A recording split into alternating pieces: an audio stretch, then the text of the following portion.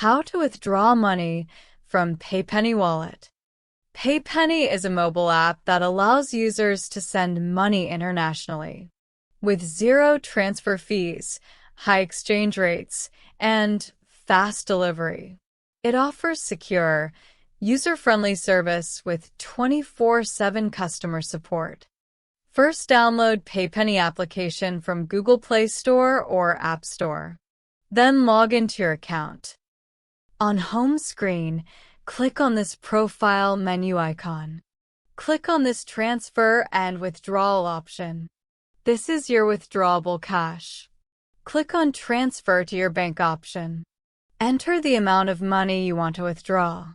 Then click on review. Then click on submit. Okay guys, next this confirmation screen pops up. It says the transfer is initiated. My $1 withdrawal has been completed. That's it. Thanks for watching.